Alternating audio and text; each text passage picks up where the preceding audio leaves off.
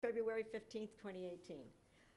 We're going to start out with our presentation that we have for the Wastewater Support Committee information update because Peter has to leave a little early. So we're going to get started on that, and let's hold the questions until after the presentation is finished. Okay, thank you, Madam Chair. This committee's been fully populated for about a month now, so not a lot of time. We've met on several occasions and had some sub-meetings, if you will. So in getting ready for this meeting, just to give folks an update on what we've learned since that January 16th meeting at the Community Center, Noreen and I took on the task of putting some information together. And so we'll wander down on this. One of the big questions that we keep getting is, what is the responsibility of the property owner as far as connecting to the sewer? And it's very clear to us that much like if you were to put in a Title V septic system today, you will need to get a registered professional engineer, hopefully someone who has a civil background, to design a system for you, design the interconnection for you. They will develop a set of plans, and then what will happen is, and by the way, there are a number of those folks that are out there, and I just Googled, you can go in the phone book, but there's 6 or 7 right here. We're not advertising for these people, but it's just to show that these engineering firms exist. They're doing business in the town of Harwich now for Title V septic systems, and I would assume those folks and many others that are qualified can do a plan for homeowners once the details of what the sewer collection system is are defined. Okay, and again, these folks historically have worked on Title V septic systems. So once that plan is complete, then what happens is you need a licensed utility installer. It's in our regulations for the sewer system, if you will. And these are firms that are licensed, bonded, and hold a certificate of insurance, obviously with the required coverage. But they would be set up by the town of Harwich through the town administrator and his team, probably the Board of Health, the town engineer, and they will define what the requirements are for these licensed utility installers. And then these firms, anybody who needs to put in or connect to the sewer system, would go out with their plan and solicit quotations on what it takes to put the system in. In many cases, when it's gravity, it's going to be a pipe. If you're in a situation where you have to pump something, it's going to be a gravity, it's going to, be a grinder pump, and we'll get into those in a few minutes. But that's what you have to do. The town's not in the business of matching up licensed utility installers with the consumer. It's up to the consumer to do that. And by the way, that's exactly what you do today if you were to install a Title V septic system in your house. You get a plan done, you go out and solicit bids from companies that do that kind of installation work, and they do it. The Board of Health comes out and inspects it or whatever, and you're good to go, okay? So what happened in Chatham, obviously, since we're going to be pumping this stuff here, and Chatham's 5, 6, 7 years ahead of us as far as putting a system in, but there's a lot to be learned from the way Chatham has at least tried it and some of the trials and tribulations. So they actually have a list that they provide, and I'll show you that in a minute. But let me jump to this just because it's in sequence. Folks said to me, or said to us, where is my septic system? How do I know where it is? How do I get some help with this? Well, let me tell you, last week I did a little experiment. This happens to be my house. The system's 30 years old. The street is out here. The driveway is here. Is my garage. My septic system is in the front lawn in my case.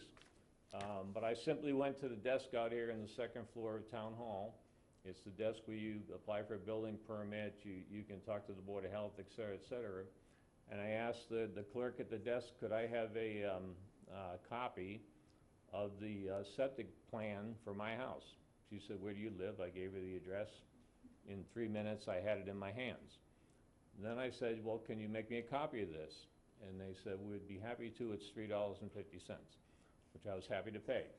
So this came about in 10 minutes. Of course, I did some chit-chatting, whatever, but in 10 minutes, I had this in my hands, and I was headed home. So if I wanted to, I could go in my front yard and measure the distance from this corner and find my 1,000-gallon tank, if you will, and then my leaching pit that's out here, so I can figure out where it is. This is also the information that someone who's going to pump your septic system would say, hey, how do I know where your septic tank is? I need to pump it. The information is available. And anybody has a question as to where their septic system is, because we've had many folks ask us, it's very simple to stop up here. They're very helpful, and you should do that. Now, along with that, people have said, well, how do I know in my house where the septic system is? Well, again, this happens to be in my basement. Might look a little bit messy, but we've all got this thing that's the exit point where your collection system within your house, the plumbing in your house, this PVC pipe exits your foundation. This is where it is in my house. It goes out the front, and this little removable piece here is nothing but a plug that allows you, if you need to clean out between you and the septic system. It's quite simple, quite frankly. I'm sure there's some configurations where maybe the exit comes here and it takes a left or a right or whatever, but by and large, if you can find that in your basement, it's a very good idea or indication as to where your septic system is located. So that's just to help people out a little bit. Okay, in the town of Chatham, here are 15. They call them drain layers. In our regulations, we call them licensed utility installers, I guess is what we're calling it. We will have a similar list. I'm sure many of these same companies will try and be on our list, try and qualify, to be licensed in this town to do this work. A lot of familiar names are on there to most people, but we will go through that process. Again, the town administrator, the Board of Health, I'm guessing, maybe the town engineer will have some input as to what the requirements are for these people.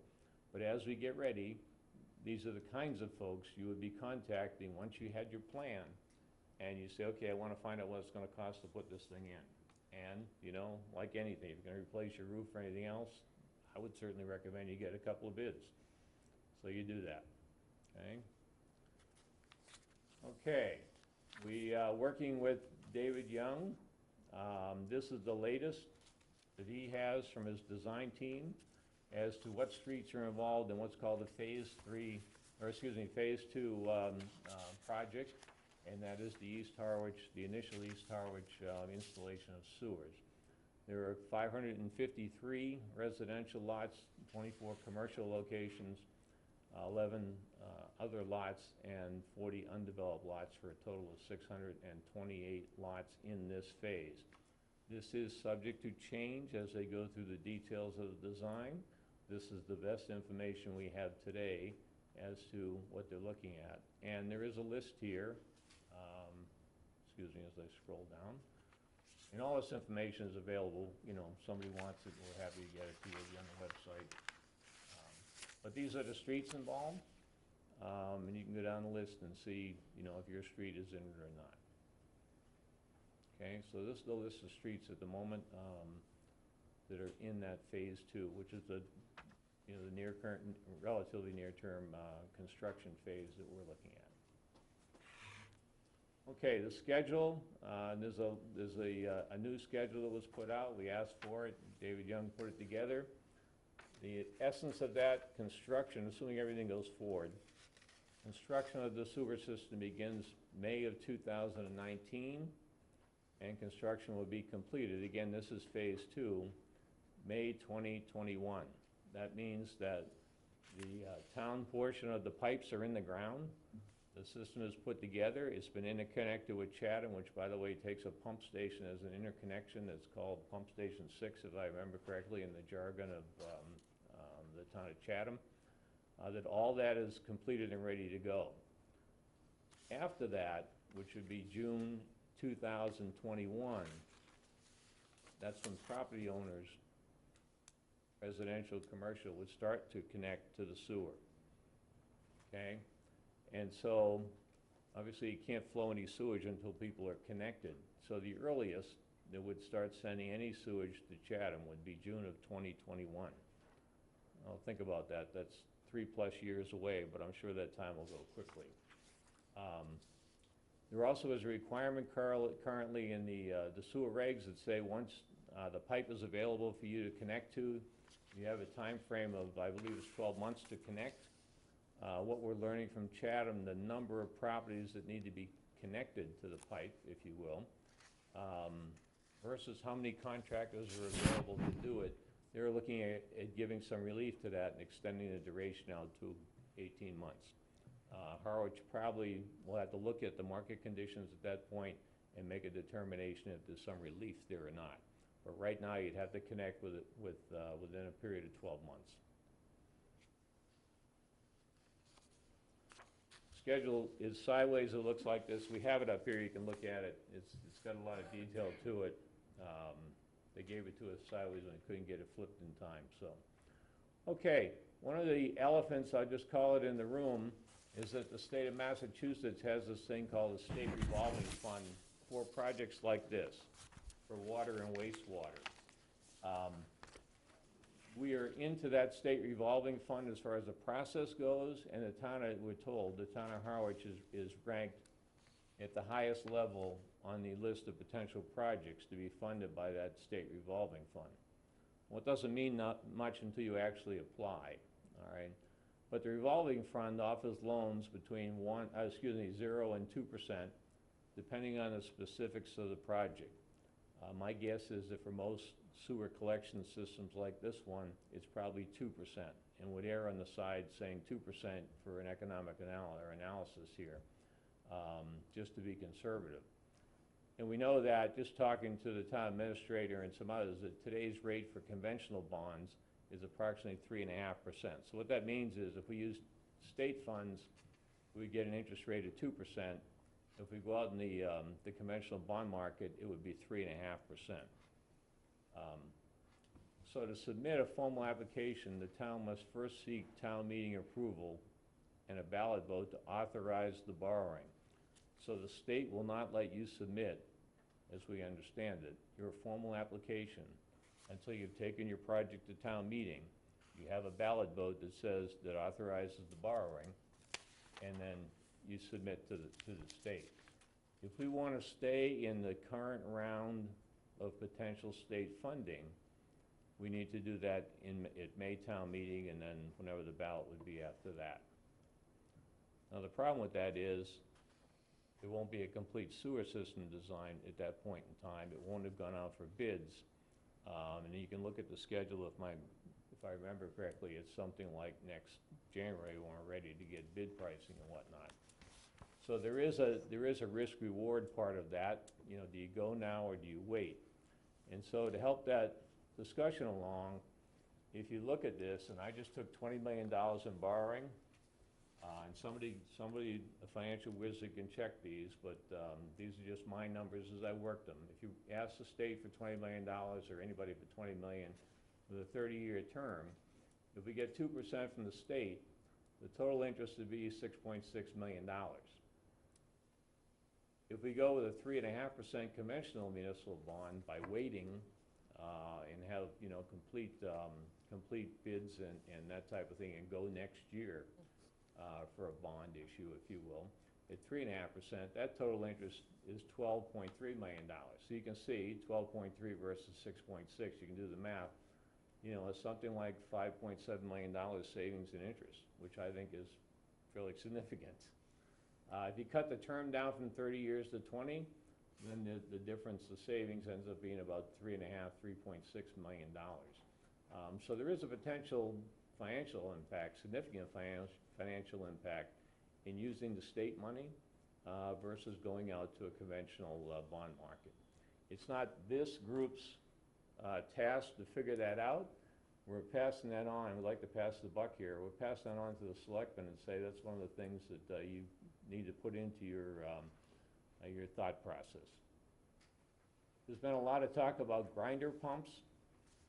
What's a grinder pump? For those properties that cannot work off of gravity, just like in your house, the sewer likes to work on gravity. Everything flows down. Well, if you can do that based on the elevation of where the pipe is in the street versus where your house is, that's great. And in, I don't know, 80–90% of the cases, we hope that's going to be true. But in those cases where your house is down here and the sewer line happens to be up here, you got to get into it. So you're going to have to pump your stuff up to the sewer.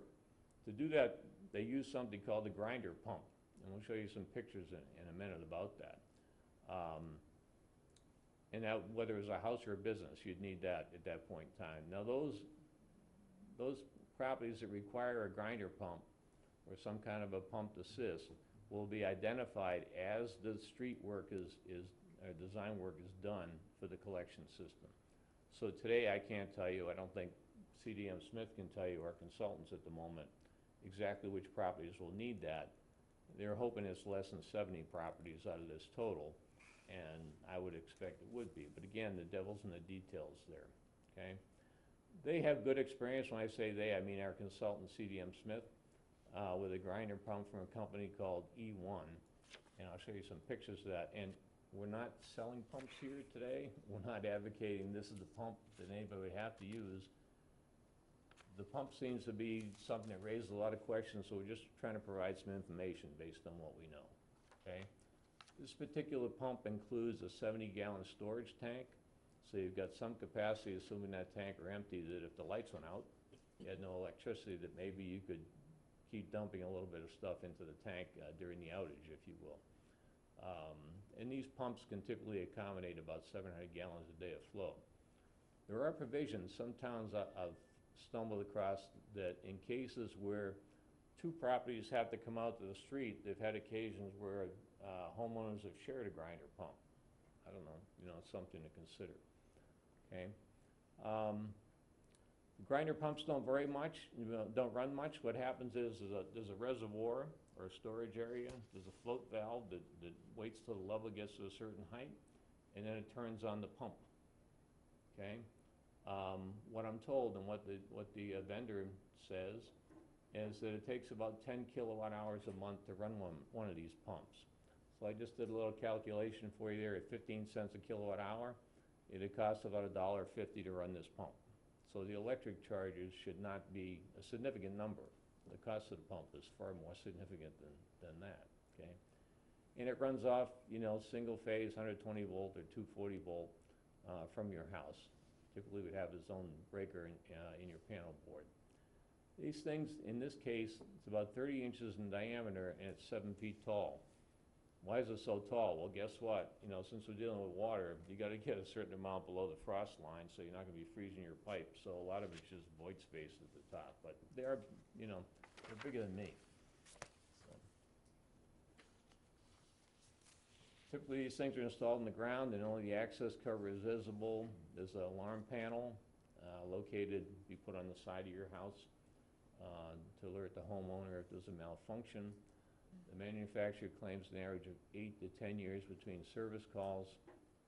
I can't give any data as to whether that's realistic or not, but I can say this, that this particular pump, from what I've seen, is used in a lot of places, and we're not the first ones to use it. And so I think there's a considerable experience base out there as far as how this pump works and how it performs, okay? There are some towns that have decided that it would be advantageous if all the grinder pumps in their town are the same.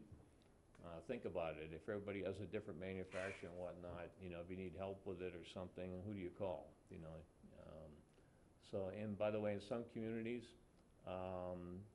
the town has decided to provide these pumps, at least during the initial installation, to help ease the burden, if you will, of the property owners that need these kinds of pumps. And again, we're giving the Board of Selectmen a task here. They'll need to determine how Harwich handles the whole issue of grinder pumps. Chatham, I believe, started out with the intent that they were going to provide the pumps, and now I'm told that they don't. So, and I don't know any details associated with that. So let me get by the first page. It's just the manufacturer's literature that we have in here. This is what a pump looks like.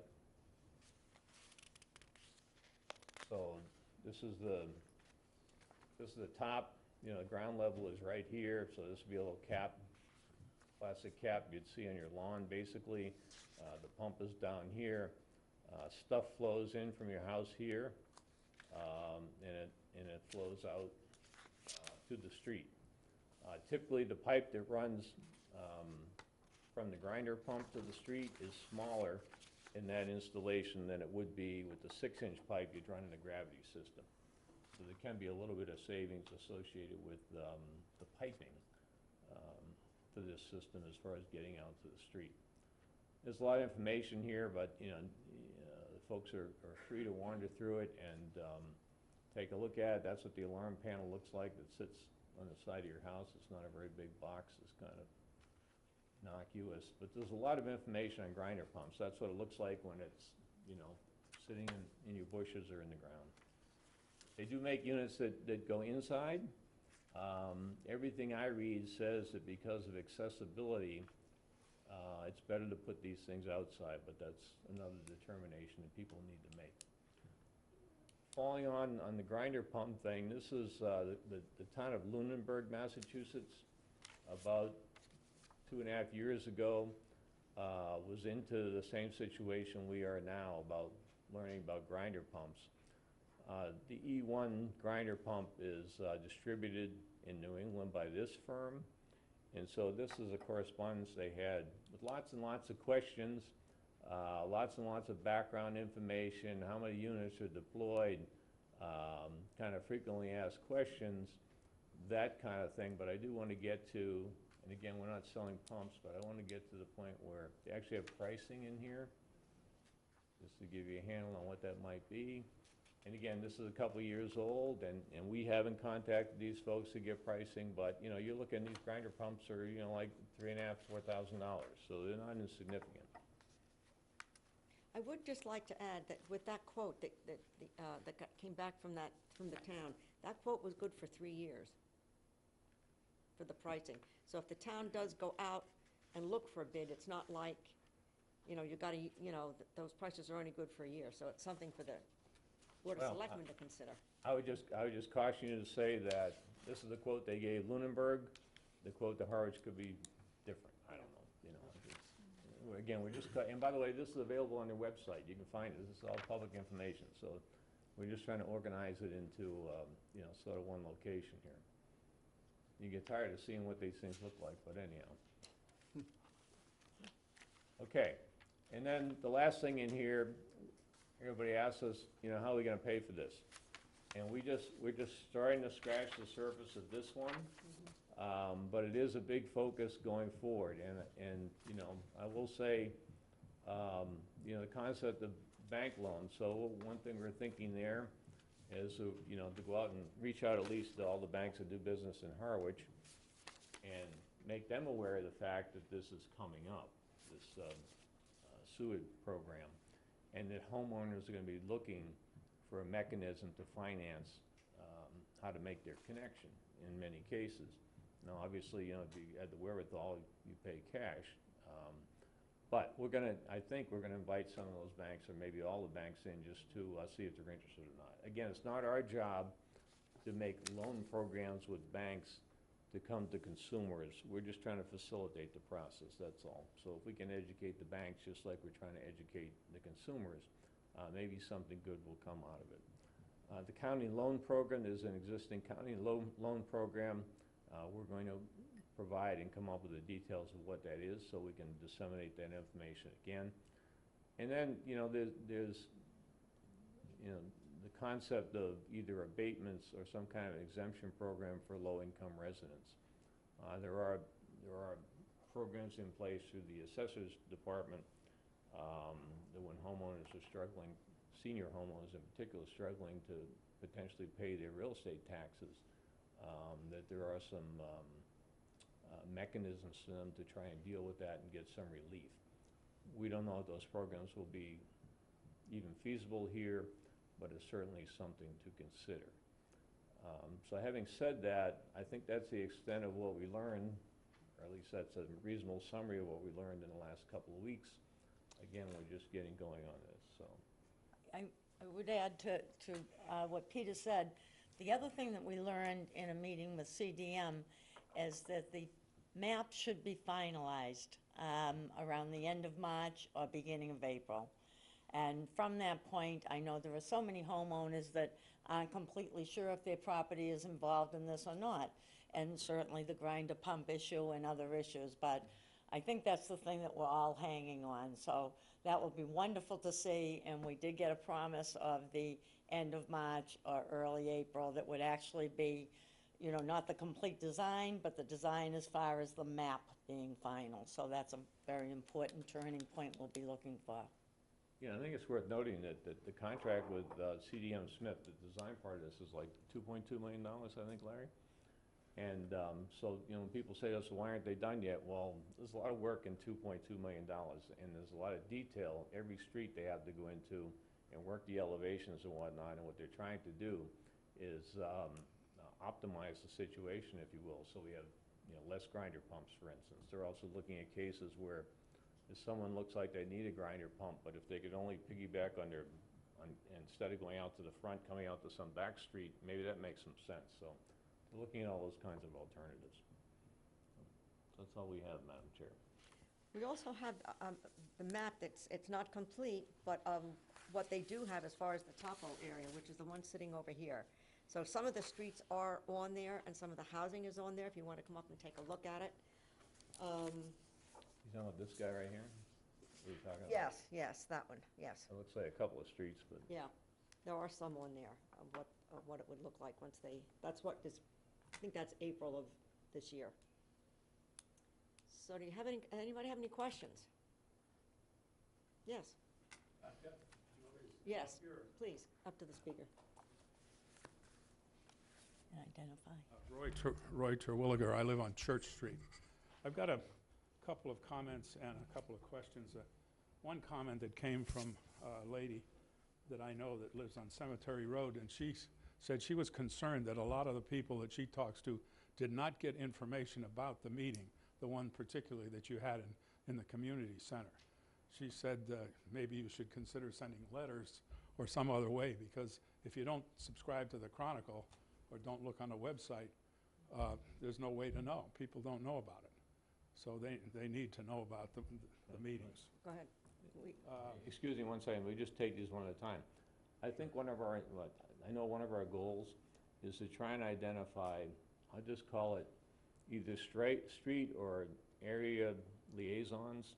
Mhm. You know, folks that would be willing to say, okay, in my neighborhood, I'll be the point person. Right.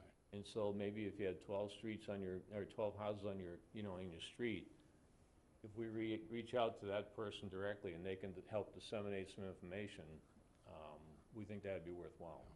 Anything you can do to Yep. improve the communications, particularly if you've got meetings on a regular basis of your group, Yes. they should know, and just putting a write-up in the Chronicle is not the answer. And we are looking at that, Okay. definitely. One, just for information purposes, I talked to one of the installers in Chatham. He said grinder pumps are around $4,000, and that was an up-to-date as of yesterday. One question, what do you do if you have a pump and there's a power outage? Oh, go ahead. Well, okay, so It's busy. interestingly enough, we were just talking a few minutes before the meeting started. One of the options in here, if you happen to have a standby generator, Yeah, if right. you do, right, is a transfer switch option in here that ties that pump in. right. The other thing is that there is with this particular pump, a 70-gallon storage tank is part of it. So depending on when the outage happens and where your float valve is, there'd be some capacity to at least, you know, take some into that. Right. And then I think the next part of it probably becomes, you know, if there were an extended outage, then maybe that's something that, you know, just like the town does now, if it knows that someone has a particular, like a breathing device or something and they need some help, then maybe that it would be set up so that, okay, let's make this up, that there are 16 grinder pumps in that area, that they would endeavor to come out there and at least get those things pumped somehow, some way. And I see our water superintendent shaking his head, so we might be onto something here, so. I just want to say something, that there is some information on what happens if if you have an outage. There is some information in the handout regarding that from the grinder pump company. Oh, okay. There is, Well, they do speak about that. I'm sure somebody's considered that situation. And just one other question I have. I noticed on your minutes, the meeting of the 17th of January, you talked a little bit about the possibility of delaying this from the town meeting in the 2018 to town meeting on the 2019, based on engineering data. And I just wonder, is that realistic? Are you really thinking about that? This is only me speaking, in my mind, the question becomes, I think in the town of Harwich, what we'd like to do whenever we do a construction project is have firm bids. In other words, the design is all done, you go out and get 3 bids at least, and you know, you qualify suppliers and all that stuff. And then you take that to town meeting. In the last couple of years, we haven't been doing that, and I'll just pick on Sacotucket Harbor. I mean, you got into, you know, a little complication down there because of that. You have to look at the opportunity for this state aid, if you will, the state loan at 2%, which if you're gonna stay in the cycle to get that money, you've gotta take this project to town meeting in May, okay?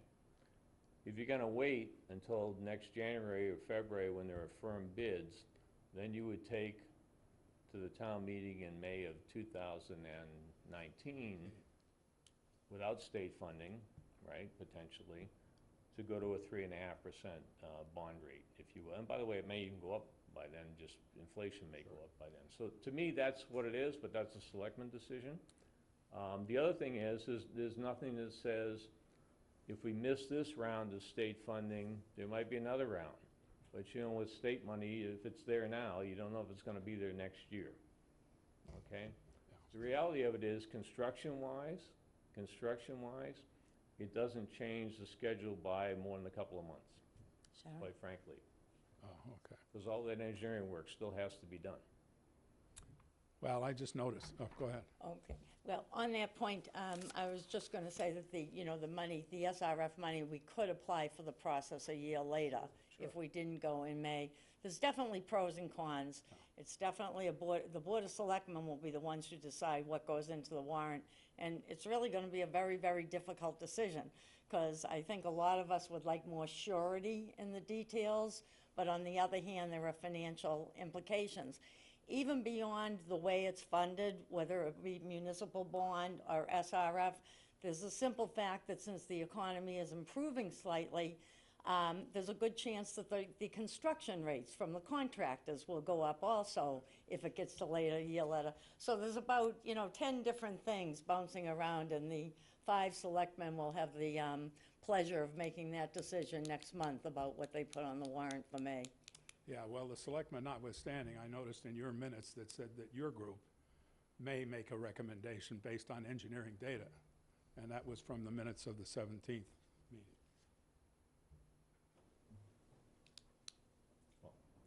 And just to follow on at that, that's exactly why at that point, we get into examining what the state revolving fund really means. And we learned about 2% versus 3.5%. That's why that calculation's in there. So that's just another data point for us to even say, you know, which way do you recommend? All right. Any further questions? Because I have some because I know you have to leave, so. Well, I have till 1:45. All right. Anything further on what we just covered? All right. The other thing I'd like to cover is kind of what our committee is really supposed to be doing, because I have had some questions from some of the town people. And one of the things we looked at is there are really 2 parts of this. There's a part of what the town is doing, and then there's going to be the part of what you as the homeowner has to do. All right? We see our committee as a support committee, which is what it's called, is to try to facilitate information flow between the town to us and then from us to the homeowners, to try to help better understand what you're going to be required to do. Some of the information that you're requesting, we don't have yet. We don't have yet. And I know the financing is one of the big issues, and something that we are really trying to get a handle on, but until we have some further information from CDM Smith, we're not going to really have a lot of that financial data. There's another handout, and I only have a few of them, but it kind of goes into what we as a committee are supposed to be doing. And I think it's helpful, because I know the person that questioned me on this was, they thought we were more of a decision-making, and we're not. We're not. We make recommendations to the board, and to try to help the people as a whole as far as working their way through this, because it is complicated. So I just wanted people to be aware of what we're doing. The other thing I want to get out, because it's not really on our website, but we need to do a better job of that, is our meetings between now and May are going to be held every, the first and third Tuesday of the month at 8:30 in the morning. And then we're going to hold an evening meeting, and I think it's the fourth Thursday? If I could just say that we're hoping the next evening meeting would actually involve some banks, so Well, I that's mean, what I wanted to give you the it's timing not first. necessarily the third, you know, it would be when we can coordinate it and let people know. All right, well, we're trying for the third, because that's what's actually on our calendar.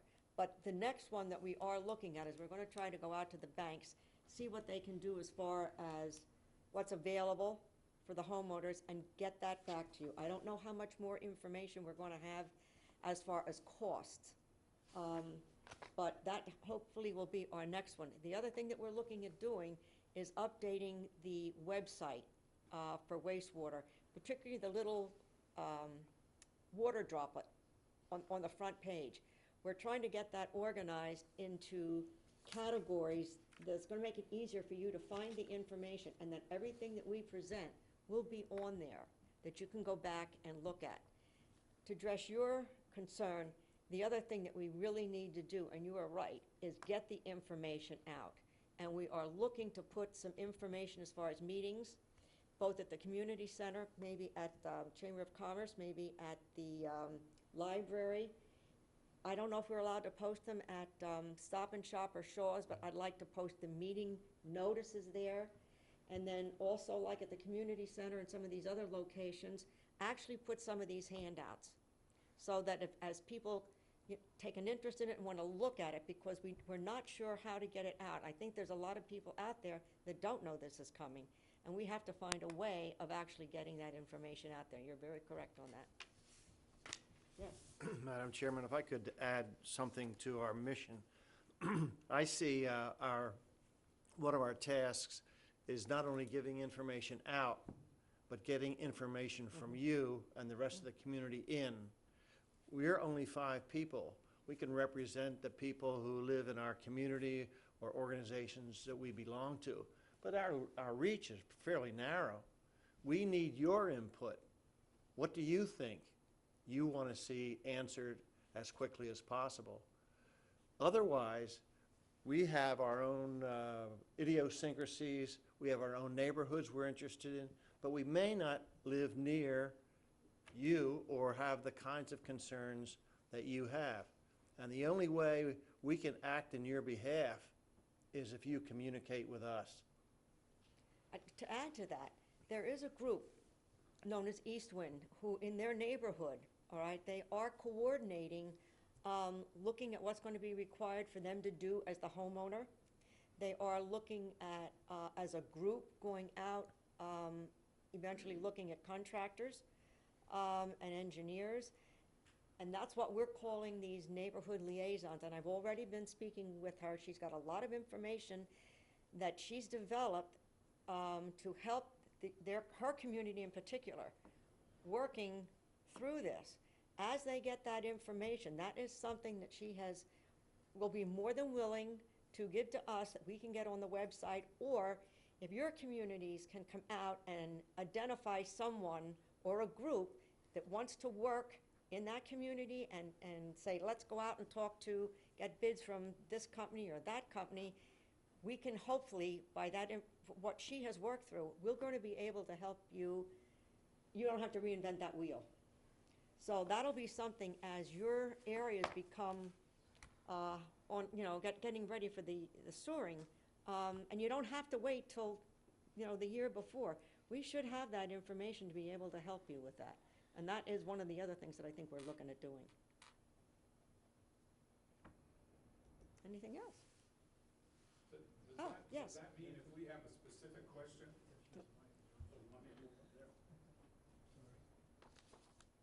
Does that mean if we have a specific question about our own place, our lot, that we can ask you, if it's a technical question or something? Right, let me clarify this. For right now, I'm going to say yes, and then I am going to forward it to a particular person. We haven't identified exactly who that's going to be, that is going to be able to get back to you maybe with some more technical questions. None of us here are real engineers on this, but right now, we can facilitate getting your question to the right person, and we will see to it that you get an answer. Yeah, I think, Announce your web address, your email address. All right, okay. you don't want, All right. We were going to try to put that on the website. I guess right now, Wastewater. it's just wastewater at townofharwich.us. And that's all one word. okay, is that on the website? Pardon? Is No. that on the All right, web- let me repeat it slowly. It's wastewater Right, at townofharwich.us. yeah, yeah, okay, well, that's. And if you have those questions, like I said, I won't personally answer them, but I will get someone that can, and I will follow up with that person to make sure you get an answer. It seemed to me at the meeting in January in the community center that they suggested that any questions ought to go to the town manager. And I thought that was kind of ridiculous. He's not going to take all these questions. And if we have a route to go through to the engineer or to other people, but, you know, you may have 622 people asking questions, because that's how many lots you got. So we are working on something that's going to be manageable, but I'm going to say for right now, give them to me or at that address, and I will see that the right person gets it, and I will follow up with them to make sure you get an answer. Okay. All right. Can I just follow on with that? Because I think most of the questions the homeowners are gonna have is where is the connection point on my lot, for instance? You know, there's been some discussion, what if I'm gonna add a deck on the back of my house or do something? How do I know where to plan to run the pipe and that type of thing?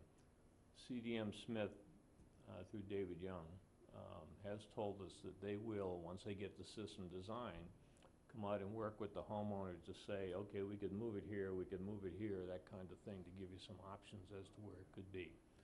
They're not gonna come and move your shrubs and that type of thing, but they will work with you as to where that actual connection point is in the street, if they can, so. Okay. Yes. Len Tonis, Cottonwood Road. I believe my house is never slated to get sewers over on Cottonwood, so. But I do look at this from a professional point of view because I'm a plumber. So I do get customers that ask me, you know, what do you think it would take? What's going to happen when I need sewers? Every house is different. Every yard is different. It depends on how deep the sewer in the street is, like you're talking about the grinder systems. But we recently had to replumb a house in Chatham that cost him over $4,000 on the plumbing on the inside, and it can be quite expensive. So every house is different, really. You can't say to one person, you know, it's going to be just the cost of the excavator and doing the line outside, and you know, your neighbor might have a totally different situation. Depends on how old the house is too. A lot of these older houses, we have to bring the plumbing that we're changing out up to code, so it costs even more. But those are the questions that I get when I'm in people's houses around here is, you know, what do you think? I mean, I've been doing plumbing for 23 years, and I actually used to do sewers in New Jersey too, so I have experience on both ends of it.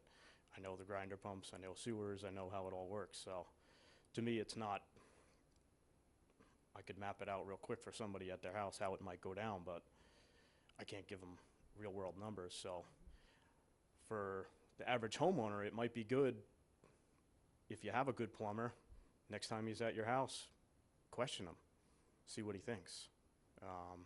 Might be helpful. Thank you. Thanks, Peter. All right. Any other further questions? Oh, Dan. If I may, I don't have questions, I just kind of have a couple comments on some of the things that were said, and I had the opportunity today also to sit down with Chris and just kind of bring you guys up to where my current level of knowledge. One of the questions, I think it was you that had mentioned, what happens if we have an extended power outage? Sorry, Thank you. Dan Pelletier, Harwich Water and Wastewater Superintendent, to clarify. I know in other communities, they will, if there's, 20 homes in the network that have a grinder pump, they'll drive around with a tow-behind generator in those extended periods of power outage and charge them up. Right, right.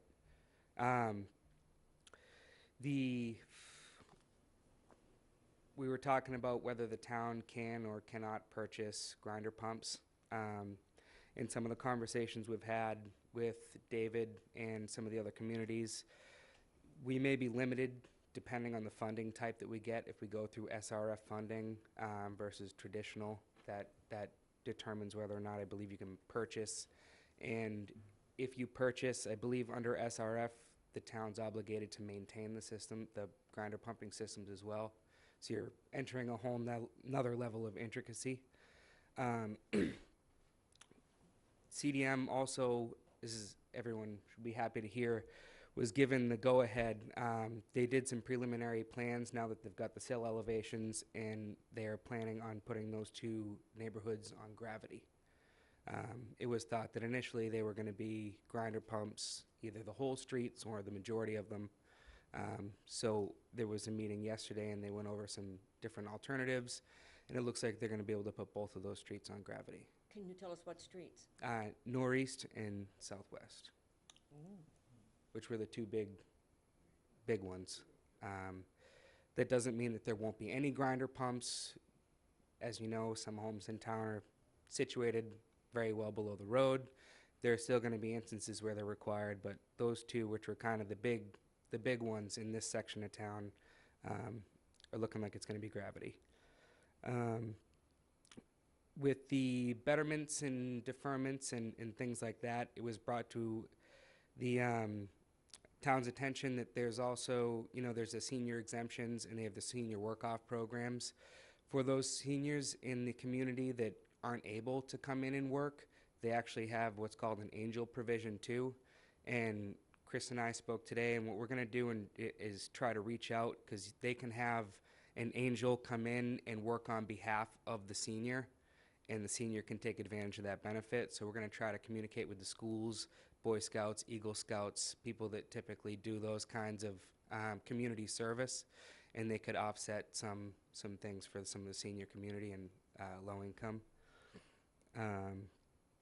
Are you going to provide that information to this committee so that we will be able to formalize that in some sort of coherent presentation to provide to the people? Yes, I think right now we're still trying to work out the exact But when you details get- and when you how get it would that. be applicable in these instances. With the tax, with the tax burden, it's a lot easier because the town's issuing the bill. So we still have a little bit to determine how we're going to be able to have that help. So, Go ahead. Dan, so this is, most of the questions are related to hookup costs. So it's not on your tax bill. Right, exactly. So how do you work it off? That's what we need to figure out. one of the details we have to, I see. And whether it's maybe offsetting the sewer bill, Right. the attorney just brought it to our attention that this is something that can be offered and done. So we're really just trying to put the pieces together at this point. Gotcha. So this is all new information that hopefully will mature as we continue to move forward. And that, I believe, is the extent of what I have to offer right now. was Unless great. anyone else has any other questions, but. All right, thank you.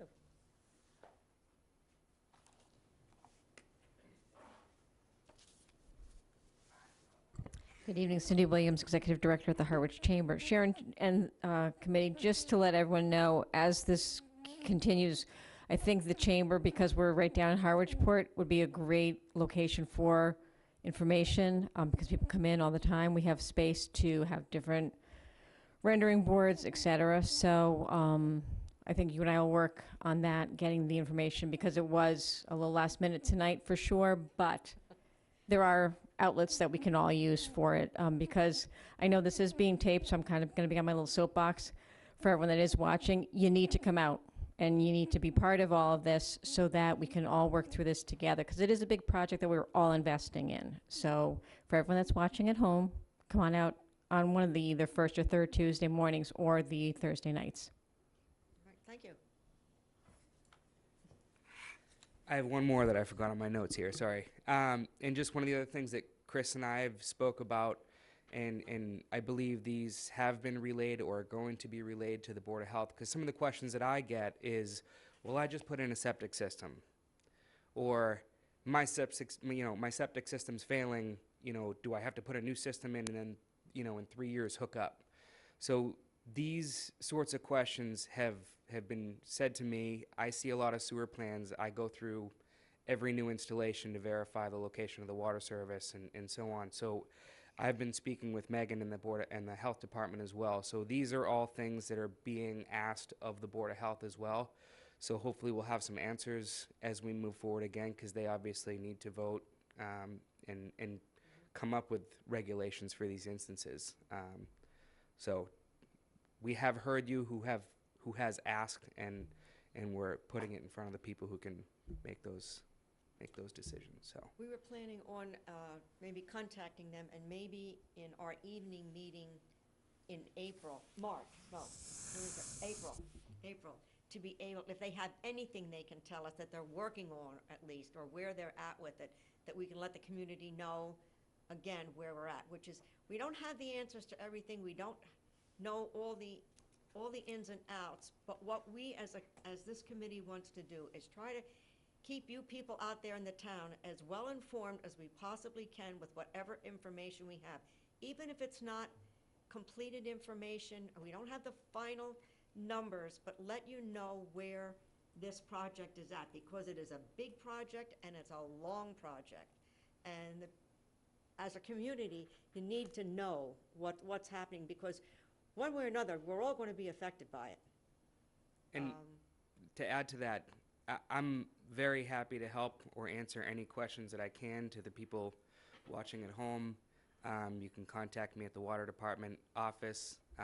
My email is dpelletier@harwichwater.com. It is on the website. And any questions that I receive and can provide answers to, I will also relay to this committee so that we can compile, frequent questions that are being asked. All right, since you gave that out now, can we put that on our website as, that you can direct questions to you as well? I'm happy to, and I try to take that opportunity whenever somebody comes in to talk to them about it, and I get those conversations, those calls. Hey, what's going on? Am I going to be able to add an extra bedroom? Yeah. Those sorts of things. So I do get them, and I try to take everyone and spend time with them. So I'm happy to offer any knowledge I have. All right, So. thank you. Anything further? Make a motion to adjourn? I'll make- that- Please. I'll make that motion, Madam Chairman. Okay, I second that motion. vote? Do we, to adjourn? Yes. Yes. All right, adjourned.